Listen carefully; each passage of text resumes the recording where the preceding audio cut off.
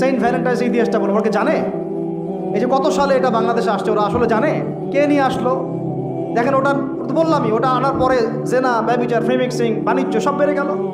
এটাকে কেন্দ্র করে কর্পোরেটরা এখন বাণিজ্য করতেছে। শুধুমাত্র এই দিবসে শুনেন, আর এগুলো বলতে চাইনি, আমি বলতে বাধ্য হচ্ছি, শুধুমাত্র এই দিবসে কোটি কোটি টাকার কন্ডম বিক্রি হয়,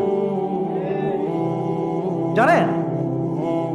এটা শুধু শুধু কয়েকটা কান্ট্রির পরিসংখ্যান, সারা বিশ্বের পরিসংখ্যান দিলে তো আপনার চোখ কপালে উঠে যাবে। কি হচ্ছে আর কি হচ্ছে না? যেখানে আল্লাহ রাব্বুল আলামিন বলছেন চোখ নিচু করো, কাছেও যেও না, ওটা তো কোরআনে পড়ে থাকলোই, ওটাকে লঙ্ঘন করে জেনা হচ্ছে, ব্যভিচার হচ্ছে, অবৈধ সম্পর্ক হচ্ছে, প্রচুর ধর্ষণ হবে কালকে। আর ধর্ষণ হলে আমি বলবো শুধু ছেলেটা দায়ী না, মেয়েরাও দায়ী আছে। তোমাকে মাহরাম ছাড়া কে বের হইতে বলছে? মাহরাম ছাড়া একটা মেয়ের হজ ফরজ না। মনে করেন আপনার ঘরে একজন মহিলা আছেন যার মাহরাম নাই, তার উপর হজই ফরজ হয় নাই। মাহরাম ছাড়া যার হজই ফরজ হয় না, তাকে মাহরাম ছাড়া এভাবে হোটেলে একটা ছেলের সাথে বাইকে যেতে কে বলছে?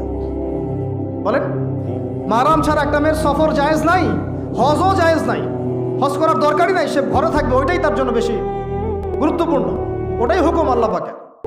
আর সে মাহরাম ছাড়া এইভাবে এখানে ওখানে ঘুরে বেড়াবে, ছেলের সাথে আড্ডাবাজি করবে, টাঙ্কি মারবে, চটপটে ফুচকা খাবে, এরপর 4-5টা ছেলে মিলে ওকে ধর্ষণ করে দিলে সব দোষ ওই ছেলের উপর আসবে? আমার তো মন চায় যে প্রথমে আগে এই মেয়েগুলোকে শায়েস্তা করি। হ্যাঁ, ছেলেগুলোকে তো করবোই, আগে মেয়েগুলোকে করি। শুধুমাত্র ওয়াজ নসিহত করে কাজ হবে না, সবাইকে কঠোর হতে হবে। আপনি আমাকে বলেন তো দেখি, আপনার মেয়ে কোনো একটা ছেলের সাথে অবৈধ সম্পর্ক করেছে, আপনি কি এটা মেনে নেবেন? আপনারা যে কেউ হন, এখানে অনেক প্রশাসনের ভাই আছেন আমি জানি, ঊর্ধ্বতন কর্মকর্তাও আছে এখানে, আমি এখানে আমার লেকচার রেকর্ড হচ্ছে, এটা আমি জানি। আপনি আমাকে বলেন বা আপনার সিনিয়রদেরকে বলান এই কথাগুলো মেসেজ পৌঁছান, তাদের ঘরে যদি তাদের মেয়ে কোনো ছেলের সাথে অবৈধ সম্পর্ক করে, তারা কি মেনে নিবে? তাদের মেয়েকে যদি কেউ ধর্ষণ করে, তারা কি মেনে নিবে? আপনার ছেলেটা যদি সমকামী হয়, আপনি কি মেনে নেবেন? আপনার বাসায় যদি কালকে একটা ছেলে এসে বলে যে আপনার মেয়ে এসে বলে যে বাবা আমি ওকে ভালোবাসি, ওর সাথে বিয়ে করার আগে আমি যৌন সম্পর্ক করে ফেলছি, আপনি কি মেনে নেবেন? আপনি যদি জানতে পারেন কালকে আপনার মেয়ে গর্ভবতী হয়ে গেছে, আপনি কি মেনে নেবেন? আপনি যদি জানেন কালকে আপনার ছেলে আপনাকে এসে বলছে বাবা আমি একটা ছেলেকে নিয়ে আসছি, ও ছেলেটা আসলে বাইরের ছেলে, ভিতরে ভিতরে মেয়ে, তাই আমরা বিয়ে করে ফেলছি, আপনি কি মেনে নেবেন? তো এটা নবী সাল্লাল্লাহু আলাইহি ওয়াসাল্লামের ফিলোসফি ছিল। একজন সাহাবী এসে বলেছিলেন ইয়া রাসূলুল্লাহ আমি ইসলামের সব মানতে প্রস্তুত আছি, খালি আমাকে জিনা করার অনুমতি দেন না। সাহাবীরা রাগ হয়ে গেছেন, এই কার সাথে কি কথা বলো, বেয়াদবি করতে। নবী সাল্লাল্লাহু আলাইহি ওয়াসাল্লাম বললেন দাঁড়াও, দেখো তাকে ছাড়ো, আমি বুঝাচ্ছি। নবীজি তখন বললেন দেখো তুমি যে প্রস্তাবটা আমাকে দিলা, ইসলামের সব তোমার ভালো লাগে, কিন্তু জেনা করতে চাচ্ছ, এখন বলো তো দেখি তোমার মায়ের সাথে কেউ যদি এমন করে তুমি কি রাজি হবা? সে বলছে না। তোমার খালার সাথে করলে না, তোমার বোনের সাথে না, তোমার স্ত্রীর সাথে না, তাহলে যেটা তুমি অন্যের ক্ষেত্রে চাচ্ছ না, পছন্দ করো না, সেটা কেন তুমি তোমার ক্ষেত্রে চাচ্ছ? এভাবে চিন্তা করলে আমাদের আর কথা বলার দরকার আছে? আল্লাহ পাক আমাদের সবাইকে কথাগুলো বোঝার তৌফিক দান করে। এখন শেষ করে দিচ্ছি এই পয়েন্ট থেকে। দেখেন, আমাদেরকে সবচেয়ে ভালোবাসেন আমাদের রব আল্লাহ। সত্যিকারের ভালোবাসার ডেফিনেশনটা হচ্ছে যে আপনি নিঃস্বার্থভাবে কাউকে ভালোবাসেন। আমাদের আশপাশে যারা আছে, যারা হালাল, ইভেন হালাল, আমার মা, আমার বোন, আমার বাবা, আমার স্ত্রী, আমার ছেলে, আমার মেয়ে, এদেরও যদি কখনো স্বার্থে আঘাত পড়ে, দেখবেন সেও আপনার পাশ থেকে সরে যাচ্ছে। এমন হয়নি কখনো? আপনার বন্ধু, আপনার ব্যবসার পার্টনার, আপনার বস, আপনার কলিগ, ওদের স্বার্থে আঘাত হলে ওরাও সরে যাচ্ছে পাশ থেকে, জিগরি দোষ সরে গেল পাশ থেকে, হয় না এমন?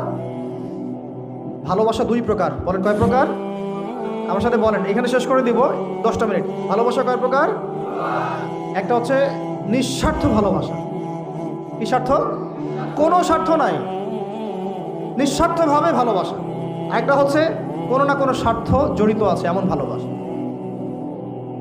আপনার স্ত্রীর চাহিদাও যদি আপনি পূরণ করতে ব্যর্থ হন, দেখবেন স্ত্রীর সাথে আপনার গন্ডগোল লেগে যাচ্ছে, যদিও সে হালাল বৈধ, তাই না? এমন হয় না অনেক সময়?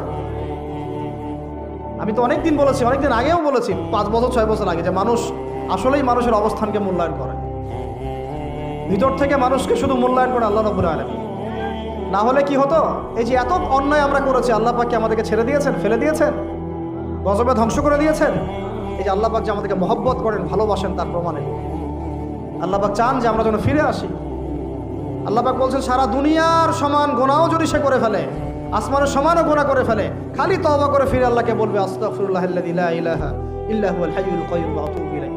আল্লাহ পাক বলছেন খালেস তওবা করলে গুনাহ তো মাফ করে দিবই, আগের গুনাহগুলোকে নেকি দিয়ে পরিবর্তন করে দিব। এটা ভালোবাসা না? আল্লাহ পাক সৃষ্টি করেছেন আমাদেরকে ভালোবেসে। কোরআন খোলেন, সূরা সদ পড়েন, সূরা সদের মধ্যে দেখবেন আল্লাহ বলছেন খালাকতু বিয়াদি মা মানাআকা আল্লা তাসজুদা খালাকতু বিয়াদাই, মানে তুমি ইবলিস কেন তাকে সেজদা করলা না যাকে আমি নিজ হাতে সৃষ্টি করেছি? এটা মহব্বতের বহিঃপ্রকাশ না? আল্লাহ আমাদেরকে নিজ হাতে সৃষ্টি করেছেন। আল্লাহ পাকের হাত কেমন এটা আমরা ব্যাখ্যা করতে যাব না, এর হাতের অর্থ কি সেটাও ব্যাখ্যা করার, তাওয়িল করার দরকার নাই। কোরআনে আসছে যেভাবে সেভাবে আমরা ঈমান রাখবো, ঠিক আছে ভাই? এখানে আবার অনেক তালগোল পাকায় ফেলে এবং বিভ্রান্ত হয়ে যায়, এদিকে যাওয়ার দরকার নেই। এখানে বোঝানো হচ্ছে আল্লাহ রাব্বুল আলামিন আমাদেরকে মহব্বত করে সৃষ্টি করেছে। এই পুরো সৃষ্টি জগৎটাই তো আল্লাহর মহব্বতের বহিঃপ্রকাশ। সবকিছু এত নিপুণভাবে চলতেছে, এটা মহব্বতের বহিঃপ্রকাশ না? আমি আপনাদেরকে নিয়ে যদি কোনোদিন কক্সবাজারের সৈকতে তারা দেখাতে পারতাম, তাহলে আমি বুঝাইতে পারতাম আপনাদেরকে যে এই মহাবিশ্বটা টিকে আছে কীভাবে। তারার মধ্যে একটা গাণিতিক ক্যালকুলেশন আছে যেটা সবাই জানে না, যারা একটু অ্যাস্ট্রোনমি নিয়ে পড়াশোনা করেছে তারা জানে। আপনার মানে মাথার বিবেকই উল্টায় যাবে যে এত সূক্ষ্মভাবে কিভাবে আল্লাহ রাব্বুল আলামিন এই মহাবিশ্ব সৃষ্টি করলেন। এক চুল এদিক ওদিক হলে পুরো বিশ্ব কায়নাত ধ্বংস হয়ে যাইত। এটা কি আল্লাহ পাকের মহব্বতের পরিপ্রকাশ না? আল্লাহ পাক তো বরং বলেছেন পুরো সৃষ্টি পরিবারটাই আল্লাহর আহাল, আল্লাহর পরিবারের অন্তর্ভুক্ত। সুবহানাল্লাহ। এমনকি আল্লাহ পাক আমাদেরকে বলেছেন তোমরা জমিনবাসীর সবার উপর রহম করো, ইরহামু মান ফিল আরদ ইয়ারহামুকুম মান ফিস সামা, তোমরা সবার উপর রহম করো, দয়া করো। দয়া রহম এটা তো মহব্বতের একটা অংশ। তোমরা সবার উপর দয়া করো, রহম করো, মহব্বত করো। এটা কি হবে? তাহলে আল্লাহ পাক আসমানে যিনি আছেন আল্লাহ পাক তোমাদের উপর রহম করবে ইনশাআল্লাহ। আমরা সেই মহান সত্তার ভালোবাসার থেকে বের হয়ে হারাম এই যৌন ভালোবাসার দিকে যাওয়ার চেষ্টা করেছি। আসলে এটা ভালোবাসা না, যৌনতা, এর দিকে যাওয়ার জন্য এইসব করছি। আল্লাহ পাক আমাদেরকে মাফ করে যেন হেদায়েত দান করে। আল্লাহ পাক কত ভালোবাসেন এটা নিয়ে বলতে গেলে আজকে রাত শেষ হবে। দেখেন আল্লাহ রাব্বুল আলামিন আদম আলাইহিস সালামকে সৃষ্টি করেছেন, করে সমস্ত নাম শিক্ষা দিয়েছেন। নাম মানে হলো ইলম। নাম মানে কি? ভালো না বাসলে আল্লাহ পাক কাউকে সবচেয়ে সেরা কিছু দান করেন। সূরা ৩ আল্লাহ পাক কি বলেছেন? ওয়া তিন ওয়া জাইতুন, এগুলো শপথ করে লাকাদ খালাকনাল ইনসানা ফি আহসানি তাকওয়িম, মানুষকে সবচেয়ে শ্রেষ্ঠ কাঠামো আল্লাহ পাক দিয়েছেন, দেন নাই? তো কাউকে যদি মহব্বত না করা হয় তাকে আপনি সবচেয়ে সেরাটা কি দিতে পারবেন? আল্লাহ পাক আমাদেরকে মহব্বত করেন, ভালোবাসেন, এবং আল্লাহ চান আমরাও যেন তাকে মহব্বত করি, তাকে ভালোবাসি। এবং আমরা যদি কাউকে ভালোবাসি আল্লাহর জন্য ভালোবাসবো, কাউকে ঘৃণা করি আল্লাহর জন্য ঘৃণা করি।